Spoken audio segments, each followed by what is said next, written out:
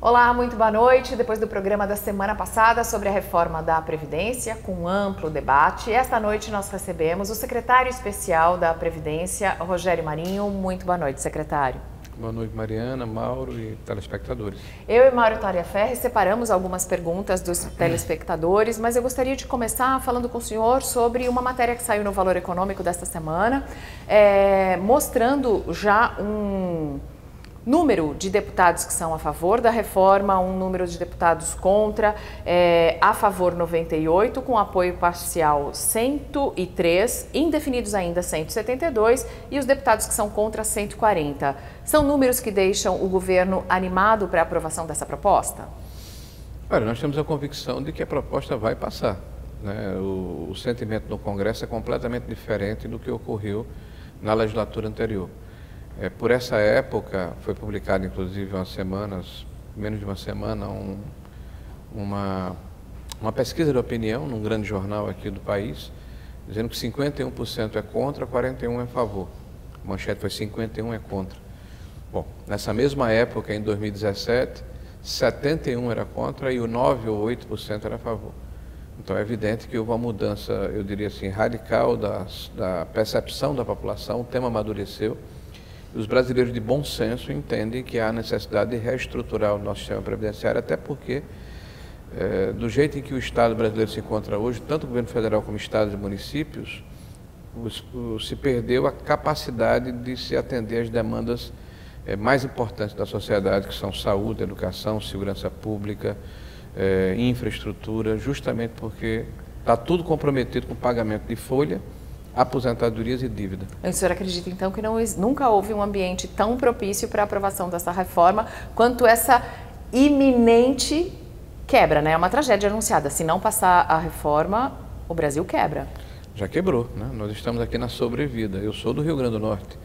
Lá no meu estado, os aposentados, por exemplo, e alguns funcionários, há 4 meses estão com a sua folha atrasada. Isso aconteceu no Rio Grande do Sul. Isso aconteceu no vizinho estado aqui do Rio de Janeiro.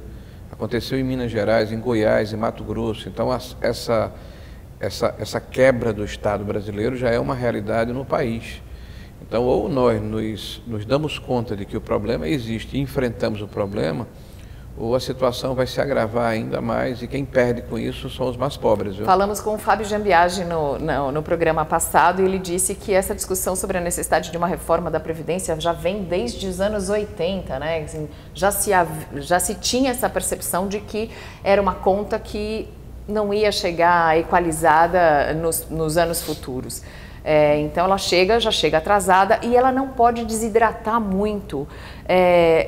Mas o governo apresentou uma proposta que é exatamente a que precisa de economia de 1 trilhão e 100 bilhões e ela vai sofrer algumas alterações. Então, já se tem um cálculo do quanto seria o mínimo necessário para que ela não fosse tão desidratada e surtisse o efeito necessário? Mariana, quando o governo apresenta um projeto, e aí os nossos telespectadores para acompanhar o raciocínio, ele sabe, ele tem a percepção, ele tem a consciência de que o legislativo vai se debruçar sobre o tema, principalmente com essa complexidade, com esse impacto no conjunto da sociedade, e vai aperfeiçoar o projeto, né? Vai propor algumas alterações. O que nós vamos fazer é a discussão, vamos mostrar o porquê de cada um dos itens que porventura for suscitado no sentido de ser modificado. O que nós queremos é que o projeto tenha um impacto fiscal relevante. 600 bi era a reforma proposta na época do governo Michel Temer. Será mais 600, que isso? Mas a aglutinativa que se esperava apresentar era em torno de 500 bi. Né? Então a nossa expectativa é pelo menos 1 trilhão. Né? 1 trilhão, o que vai nos dar a capacidade de que o Estado possa voltar a investir no que interessa, a favor dos mais pobres da sociedade. Então nós temos aí uma proposta que precisa ter esse impacto fiscal e eu acredito que o Congresso está consciente disso.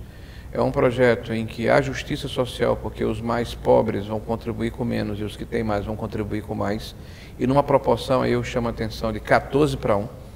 O impacto proporcional, que do regime próprio, daqueles que ganham acima do teto da Previdência, é 14 vezes maior do que para o conjunto da sociedade que está no INSS. O discurso da oposição, ou das pessoas que são contra a reforma, é de que ela afeta os mais pobres, é de que os mais pobres vão pagar a conta, é de que a conta cai no colo de quem ganha menos. Essa é a narrativa, né? Mas não se sustenta porque os números são cartesianos, né?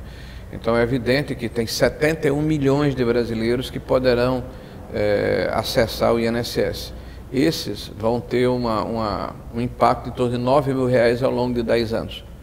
Enquanto que existem 1.400.000 brasileiros que estão no regime próprio, são aqueles que ganham de 5 até R$ 39.000, de 6 mil até R$ 39.000, e esses vão ter um impacto de R$ 141.000. Então isso é fácil de demonstrar, e o impacto é 14 vezes maior em cima de quem tem uma condição maior, quem pode contribuir com mais. E por que isso é feito dessa forma?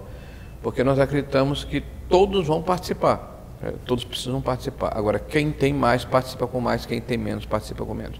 Nós fazemos também um processo muito forte de ataque às fraudes, que é a medida provisória 871, e também de cobrança de dívida de grandes devedores, que é o projeto de lei que impondera, que fortalece a PGFN, que é a nossa Procuradoria-Geral da Fazenda Nacional, e ao mesmo tempo permite que ela possa fazer tratativas sem a necessidade de judicialização. Então isso é um corolário de leis que significam a nova Previdência.